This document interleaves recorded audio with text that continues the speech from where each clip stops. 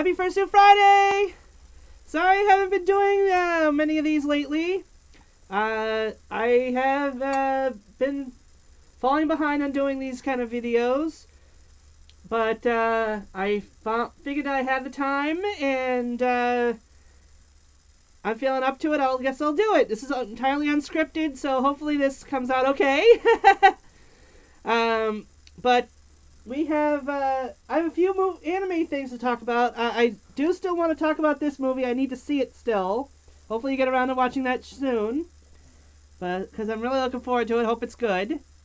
But Boy and His Beast, definitely one of those movies that I want to get to.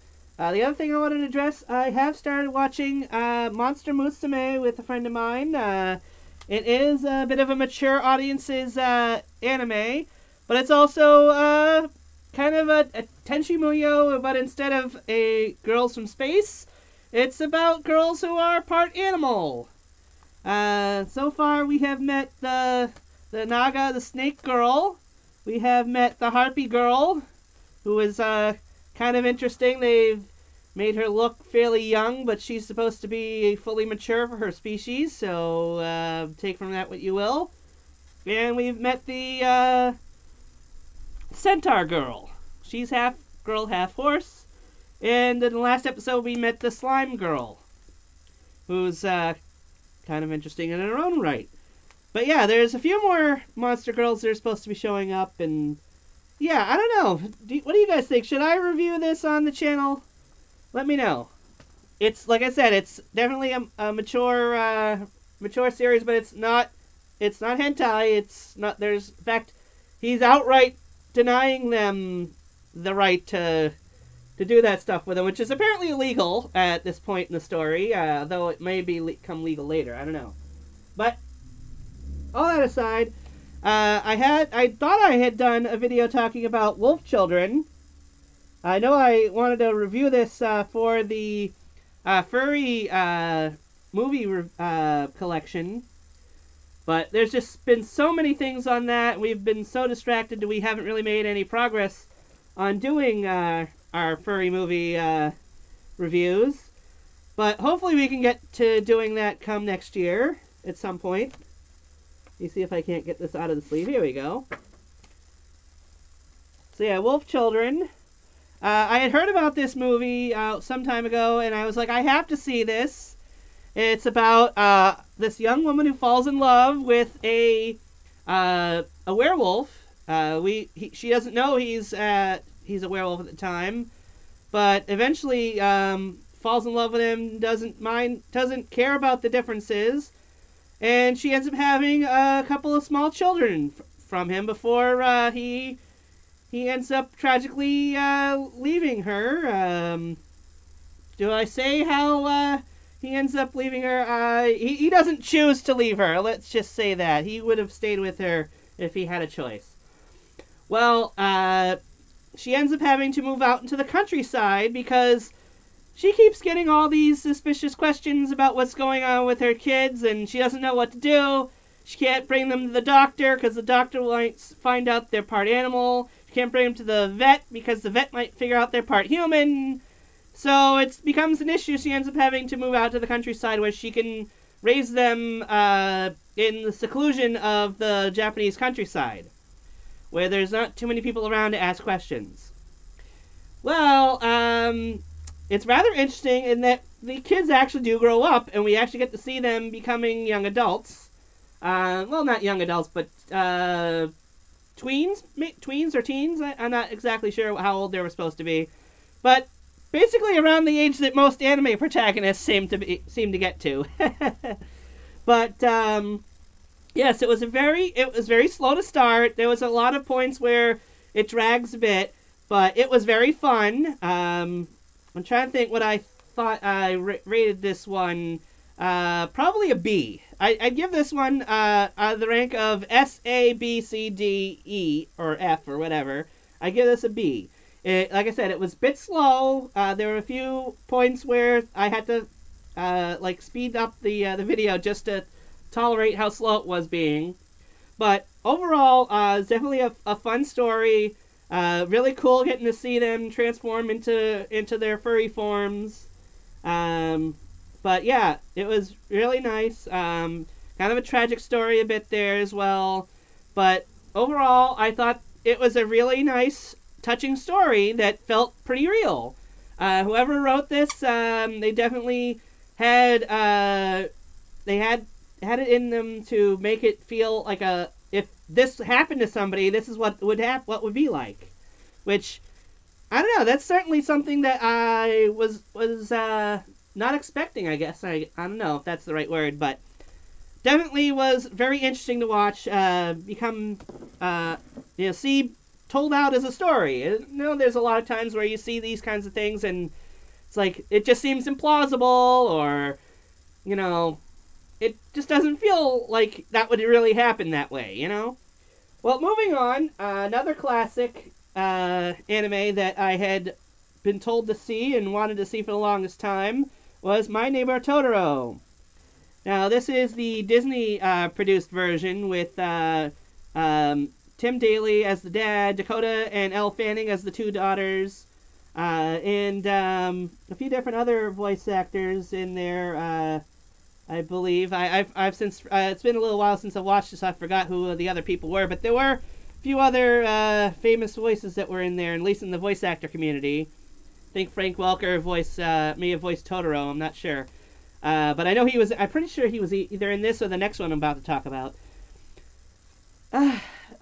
Really sad to have to say this. I didn't like it. I thought it was extremely slow, very boring, a story that didn't seem to go anywhere. And it was, like, kind of weird how much it's was similar to Wolf Children, at least in the second half of that story. In this one, these two girls, one who is an older, maybe a tween or a teenager, like where the Wolf Children grow up to be, and then a little girl, probably a little older than how we get to know the Wolf Children early on, are moving to the countryside with their dad. So a little different there from Wolf Children, as their dad was out of the picture when they moved. But they're all normal humans. There's nothing unusual about them like that. But they're moving out to the countryside. Find out that the mother is ill. She has been put in a hospital out in the countryside, and that's why they're apparently moving out there. But we don't find that out for a little while. It's just kind of a who knows why they're moving there type of thing. And it spends a lot of time exploring this really old house that they've moved into, and there's soot sprites that are living in there because nobody's been in this house for so long. Turns out this may be the first Ghibli film where soot sprites are in. If you've ever seen Spirited Away, soot sprites are in this too, which was kind of interesting, I guess, a little bit. But yeah, they spend a long time exploring this old country house, and then the little girl ends up wandering into the woods, and she finds this giant tree that the creature Totoro lives in. We spend a couple minutes getting to know him, and then it's bye-bye Totoro again. And then a long drawn-out period, and it's raining out, and then they go to the bus stop, and the famous scene at the bus stop with the umbrellas happens. And Totoro does not talk. I don't know if I even knew this going in, but he just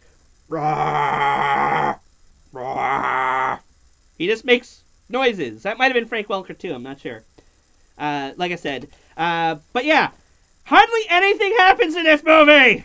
It's so slow and boring. If Totoro was in it more, I mean, hey, his name is in the title, you think he would be, right? But yeah, was very disappointed in how this movie didn't seem to go anywhere. It also left it up to the audience to determine whether or not what the children were experiencing with Totoro actually was real or not. It wasn't until the very, very, very end of the movie that it's ever given any kind of implication that the stuff with Totoro must have been real, because how did that end up there? There's no way the girls could have brought that there on their own. They had to have had Totoro's help. That's the only thing that came into play where it was like, is Totoro really there? Or is it something only the little girls can see because they're imagining him and he's, just a fictional creature that they're thinking up? But yeah, at the very, very, very, very, very end of the movie, there's given some implication that he must be real. And that's it. The movie just ends.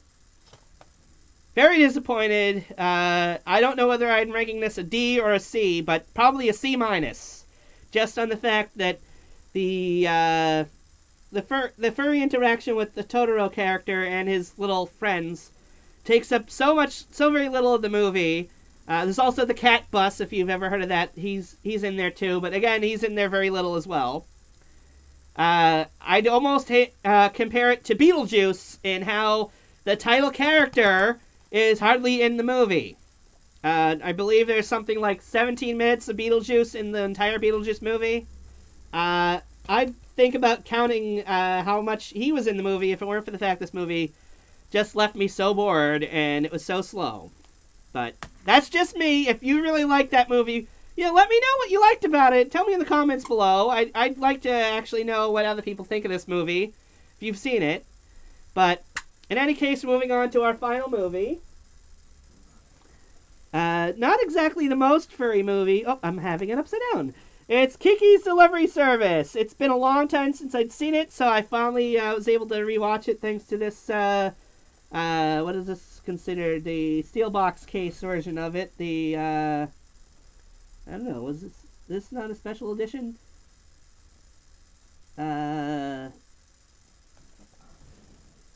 That's it. Special edition, I guess. I don't know. In any case, I got this a while back, and I finally watched it with my friend recently. It did have a few slow points in it, similar to Totoro, where I felt like just zipping through it, but not that many. It was hardly any compared to Totoro. So I was very pleasantly surprised at how well this one held up compared to the previous one, which, if I'm remembering correctly, it was like right before this movie, Totoro, Kiki came out. In fact, there was actually, may have been a cameo from the kid from Grave of the Fireflies that came out with Totoro, because I think they came out the same day. Or am I thinking of Kiki? I forget. It's been a couple of weeks since I watched them. But I remember reading that Grave of the Fireflies and these other two came out on the same exact day. But in any case, moving on. So, Kiki's Delivery Service is about a very young teenage witch. I believe she was 13. Played by a very young Kirsten Dunst. I think she was only 16 at the time, as I remember looking up. And her cat Gigi, who's the reason that I'm watching this, who's played by the late, great Phil Hartman. I believe it was the last, it was either the last movie that came out before he died, or it came out just after he died. But yeah, Phil Hartman plays Gigi. Let's see if I can, yeah, you can see him right there with Kiki. Hopefully you can make that out. But yeah, he's a talking cat. So, yeah, this I felt was enough to qualify this as a furry movie. And he wasn't in it as much as I remembered him being. But I'd say, if we can count My Neighbor Totoro as a furry movie, for Totoro being in it, Gigi should make this movie count too. But yeah, it was a very fun movie. It actually had a very relatable story, or very realistic story, I'd say. Other than the fact that she can fly on a broom, there's not a whole lot of science fiction or mystical, magical stuff that happens in it. So it was very down-to-earth kind of movie. Ironic in that she's spending a lot of the movie flying up in the air. But, yeah, definitely thought this was a lot better of a movie in general, not just as a furry movie, but a better movie than My Neighbor Totoro. I think I would give this one just a B, since Wolf Children I thought was a much more interesting story, though Kiki was still a fun movie to watch. I'd recommend it to anybody who hasn't seen it.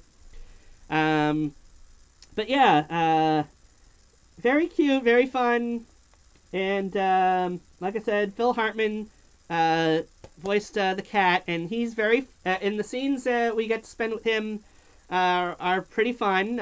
He has a few shining moments in there, and yeah, definitely would recommend anybody who has not seen Kiki's Delivery Service to check it out. One of the better early Studio Ghibli movies. And I do believe I looked that up. I believe it is pronounced Ghibli. Ghibli. But yeah, definitely recommend that one. So thanks for watching this video, guys. Hopefully I'll get around to watching Boy and His Beast some point later this month and get a review for that soon. And like I said, if you want to see Monster Musume talked about in any detail, please leave a comment below telling me whether I should or shouldn't. Watching a few other animes with my friend who likes anime. Lionel's not into anime, so that's why I'm doing this video alone.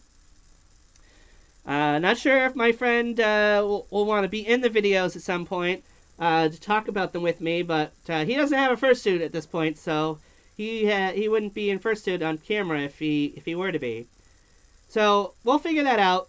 Anyway, thanks for watching, guys. Happy Fursuit Friday, and bye bye.